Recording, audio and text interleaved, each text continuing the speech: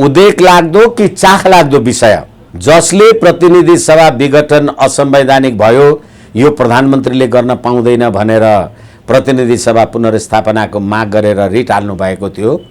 पुष्पकमल दाहालजी, माधव नेपालजी, झलनाथ खनालजीहरूले त हिजो प्रतिनिधि सभा सर्वोच्च अदालतले भने बमोजिम बोलाउँदा प्रतिनिधि सभा नै बहिष्कार गरेर हिँड्नुभयो। आफ्नो कर्तव्य पालन गर्दैन र संवैधानिक परिषदका नियुक्तिहरू पूर्ण हुँदैनन् र ऊ चाहिँ हुटिङ गर्छ। अर्को प्रतिनिधि सभा विघटन गरेको कुरा त भएन, प्रतिनिधि सभा पुनर्स्थापना गर्नुपर्छ भनेको पुनर्स्थापना गरिदियो, बैठकै बहिष्कार गरेर हिँड्छ। यो कस्तो गाई जात्रे लीला भन्नलाई पनि लज्जास्पद। न तपाईँ सत्ता पक्षमा बस्नुभयो, न तपाईँ अर्को बस्ने ठाउँ बस्नुभयो। जसले पार्लियामेन्ट चाहेको थियो उसैले प्रतिनिधि सभा बहिष्कार गरेर हिँड्यो। यो जस्तो लज्जास्पद विषय अर्को केही हुन सक्दैन। अस्ति प्रतिनिधि सभा पुनर्स्थापित गर्दाखेरि लड्डु खाने प्रचण्डजी र माधव नेपालजी हिजो त्यही सर्वोच्च अदालतले फैसला गरेर अर्काको नाउँ चाहिँ हामीले पो दर्ता गरेका रहेछौँ भनेर अब लड्डु किन नखाएको भने। त्यसैले तपाईँलाई इच्छा लाग्यो भने जस्तो भयो, सर्वोच्चले महान काम गर्यो भनेर लड्डु खाने, अनि सर्वोच्चले महान काम गरिदिएको प्रतिनिधि सभाको बैठक 23 गते बस्दाखेरि बैठकै बहिष्कार गरेर बस्ने, केपी शर्मा ओलीलाई तिमी कुन पार्टीको हो भनेर भीम रावलजीहरू भन्ने कुराले गर्दाखेरि यो जस्तो कम्युनिस्टहरूले चलाएको राज्य व्यवस्थामा यो जस्तो नौटङ्की र उपद्रव अर्को देखिँदैन। एउटा सांसदको 10-10 करोड अरे प्राइस भने त्यो 10-10 करोडमा खरिद बिक्री गर्नलाई त्यो पैसा कहाँबाट आउँछ? संघीय लोकतान्त्रिक धर्मनिरपेक्ष गणतन्त्र यसको अवसानको चरण हो यो।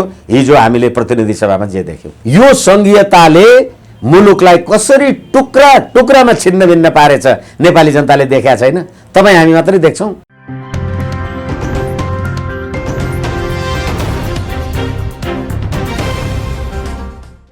आदरणीय दर्शक महानुभाव नमस्कार। तपाईँ यति बेला हेर्दै हुनुहुन्छ न्युज फटाफट नेपाल र साथमा म रोशन घाटी उपस्थित भएको छु।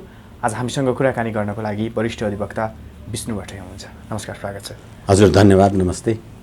अहिले जसरी संसद पुनर्स्थापना भएसँगै जुन प्रकारले संसदभित्र जुन रोइलो देखियो, जुन ताण्डव नृत्य देखियो, यो हुने यही थियो? हुने यही नै थियो, किनभने प्रधानमन्त्रीले अस्ति पुस 5 गते प्रतिनिधि सभा विघटन गरेको विरुद्धमा सम्मानित सर्वोच्च अदालतमा त्यसको विरुद्धमा रिट परेपछि सामान्य प्रधानमन्त्रीको तर्फबाट प्रस्तुत हुने कानुन व्यवसायीको हैसियतमा मैले यही कुरा राखेको थिएँ कि प्रतिनिधि सभा पुनर्स्थापित हुँदाखेरि अथवा हिजो 2047 को संविधान अनुसार प्रतिनिधि सभामा हर्स ट्रेडिङ भए अथवा पजेरो संस्कृति भित्रियो भनेर अहिले प्रतिनिधि सभा विघटन गर्न नपाउने भन्ने कानुन आएको छ, संवैधानिक व्यवस्था गरिएको छ भने पनि अब अहिले संसदमा प्रतिनिधित्व गर्ने राजनीतिक दलहरूमा तत्कालीन नेकपा हिजोको फैसला पछाडि तत्कालीन नेकपा अथवा केपी शर्मा ओलीजीले नेतृत्व गर्नुभएको दलमा 174 जनाको स्ट्रेन्थ छ र 174 जनाको प्रतिनिधि सभा सदस्यको क्षमता राखेको प्रधानमन्त्रीले मलाई मेरै पार्टीबाट काम गर्नलाई असुविधा भयो, यो संविधानको संशोधनको वाञ्छनीयता मैले देखेको छु, यसैले म जनताको 2/3 अभिमत लिनको लागि जान्छु। संविधानको धारा 2 ले नेपाली जनताको राजकीय सत्ता र सम्प्रभु सत्तालाई निश्चित गरेको छ। म तिनै नेपाली जनता समक्ष जान्छु भनेर प्रतिनिधि सभा विघटनको काम गर्नुभएको हो भन्दा सम्मानित सर्वोच्च अदालतको संवैधानिक इजलासले त्यसलाई संविधान र कानुनको व्याख्याको परिप्रेक्ष्यमा प्रतिनिधि सभा पुनर्स्थापना त गरिदियो। राजनीतिक अस्थिरता हुन्छ, यो त संविधानै जाने भयो, गणतन्त्रै खतरामा पर्यो भन्दै थिए।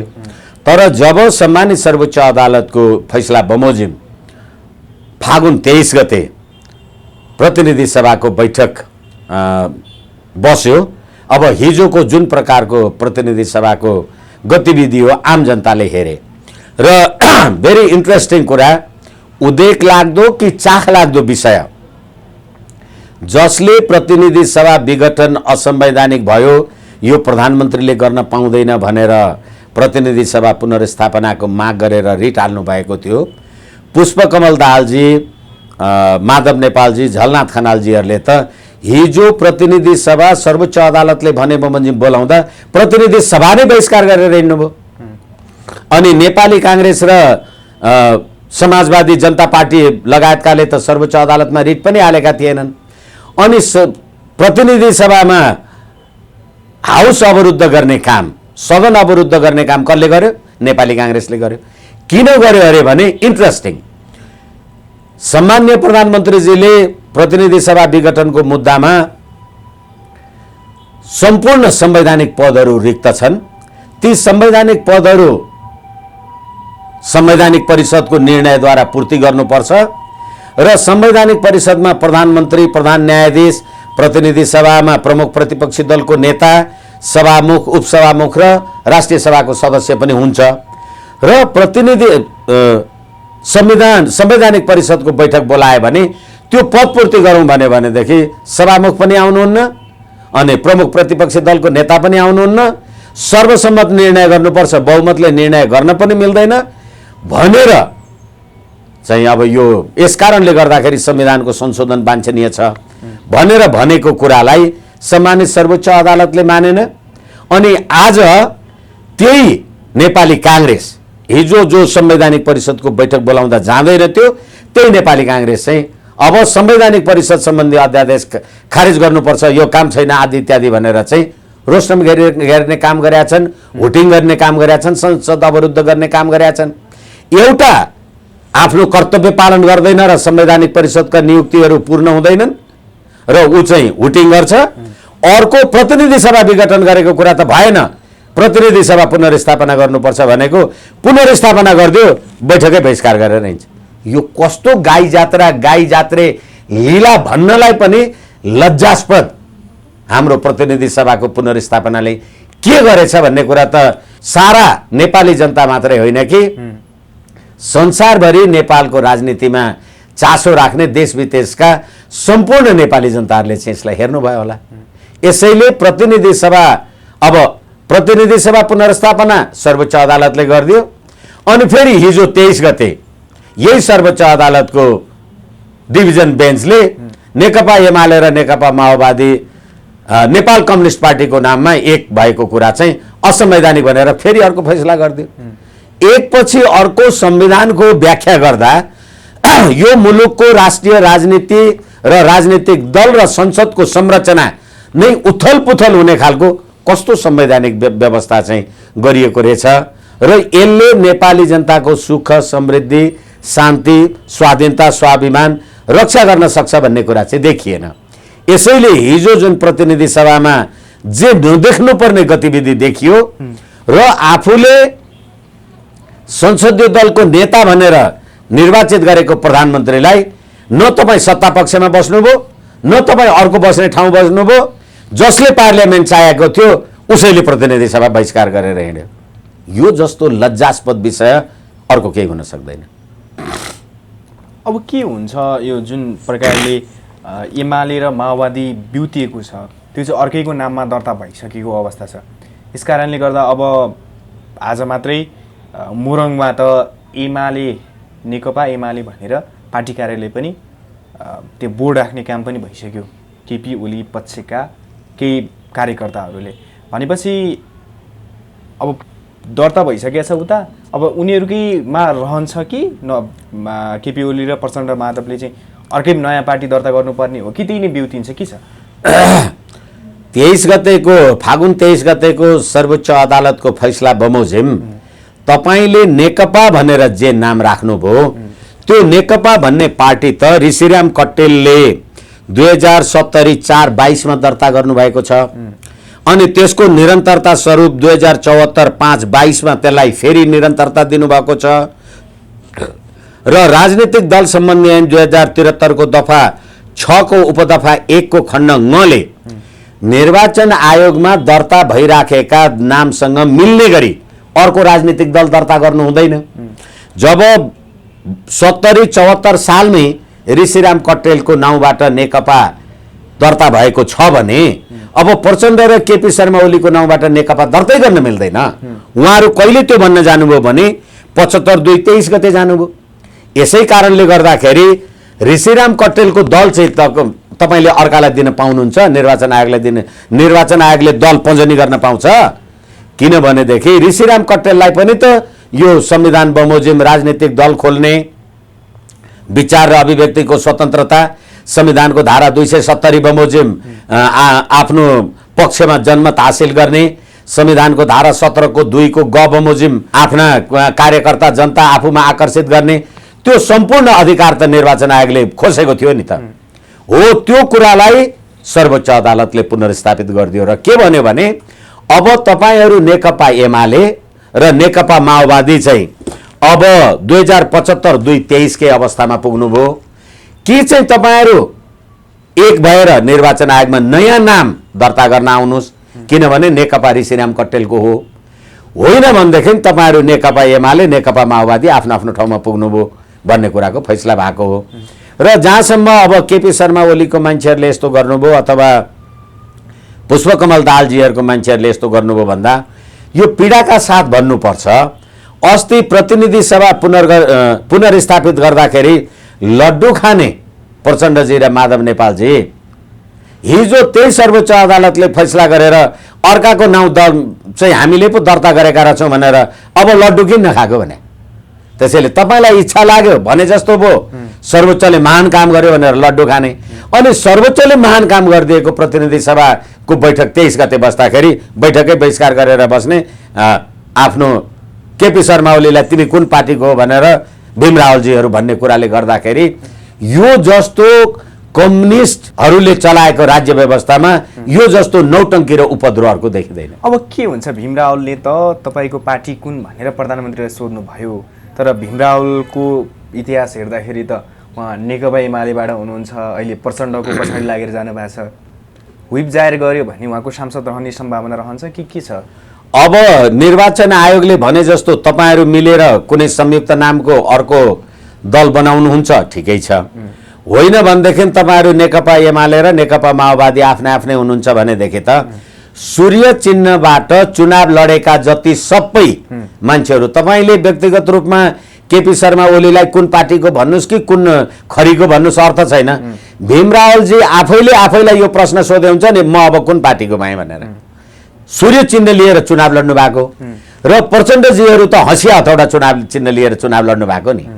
केपी शर्मा ओलीको नेकपा एमालेको चुनाव चिन्ह, अब यो त्यो चुनाव चिन्ह चाहिँ प्रचण्डजीहरूकोमा जाने कुरा त आएन।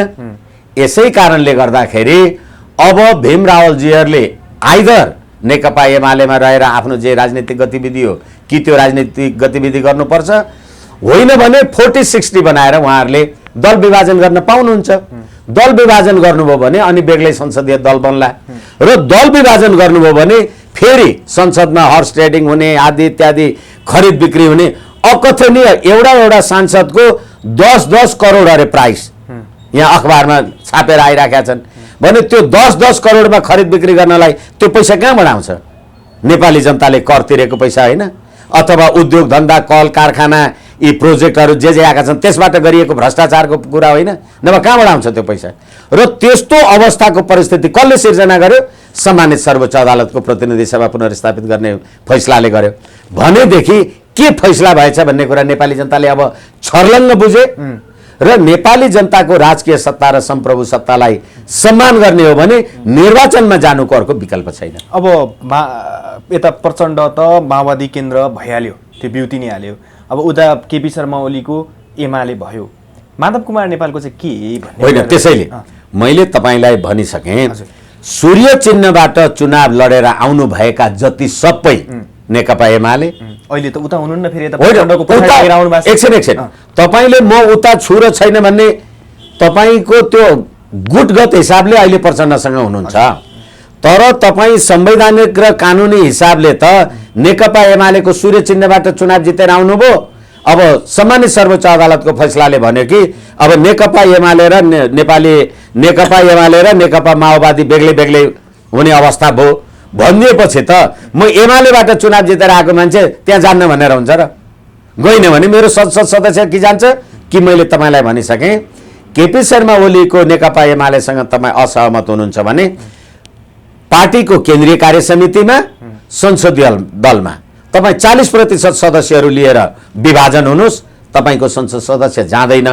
होइन भने तपाईँले एमाले होइन, सूर्य चिन्ह होइन, केपी शर्मासँग व्यक्तिगत रिसले जान्छु र जान्न भनेर केही खैरियत छैन, कामै छैन।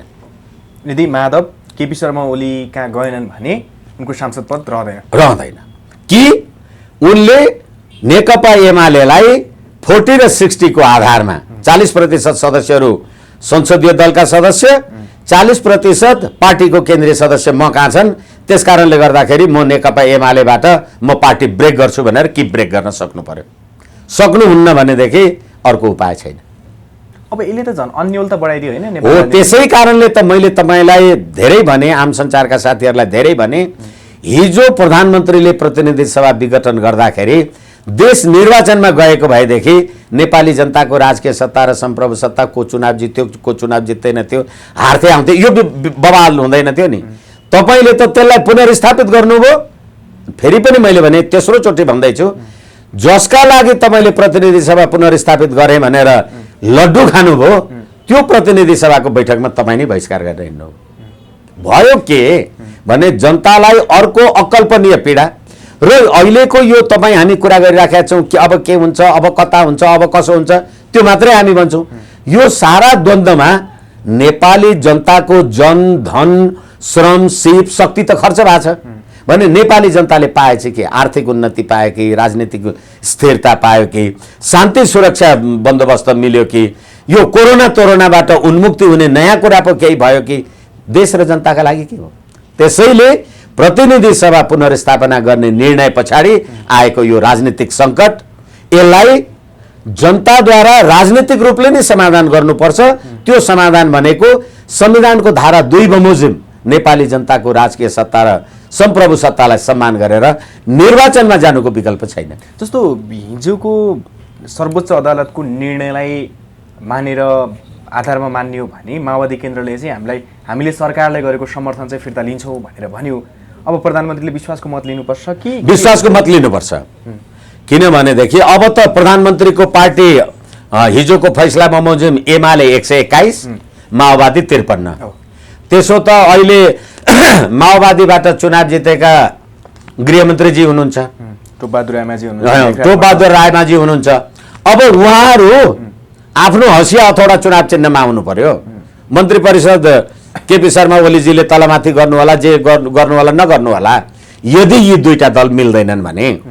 यसै कारणले गर्दा मैले तपाईँलाई अघि नै निवेदन गरेँ, यो प्रतिनिधि सभा पुनर्स्थापना गर्ने फैसला र हिजोको यो फैसलाले गर्दाखेरि नेपालको प्रतिनिधि सभामा रहेका राजनीतिक दलहरू छिन्न भिन्न जे हुने र फेरि के हो भने, मैले तपाईँलाई भने राजनीतिक दल सम्बन्धी ऐन 2073 को दफा 6 बमोजिम यो काम कार्यवाही भयो भनेर। त्यसैले संविधानको धारा 270 को कुरा गरेँ मैले, संविधानका धारा 17 को पनि कुरा गरेँ मैले, संविधानको धारा 76 आदि इत्यादि 101 हामी धेरैचोटि कुरा गरेका छौँ, त्यसलाई नदोहोर्याउँ। तर त्यो कुराले गर्दाखेरि अहिले कस्तो खालको संविधान बनाउनु भएछ तपाईँले, जबकि त्यो संविधानको व्यवस्था बमोजिमको व्याख्या गर्ने बित्तिकै राज्य व्यवस्था नै उलटपुलट हुन्छ भनेपछि नेपाली जनताको स्थिरता, शान्ति, सुख, समुन्नति यो संविधानले दिने रहेछ, यो राज्य व्यवस्थाले दिने रहेछ, देखिएन। त्यसै कारणले गर्दा प्रधानमन्त्रीजीले भन्नुभएको थियो, म प्रतिनिधि सभा विघटन गरेर जनताको ताजा जनादेश लिएर 2/3 बहुमत लिएर आउँछु, किनभने म संविधानको संशोधन गर्छु। संविधानको संशोधन गर्दा त संघीय लोकतान्त्रिक धर्मनिरपेक्ष गणतन्त्र पनि संशोधन हुन सक्थ्यो। 2/3 बहुमत पाएपछि त जे पनि संशोधन गर्न पाइयो नि। यो कुरा संशोधन हुँदैन भने त छैन।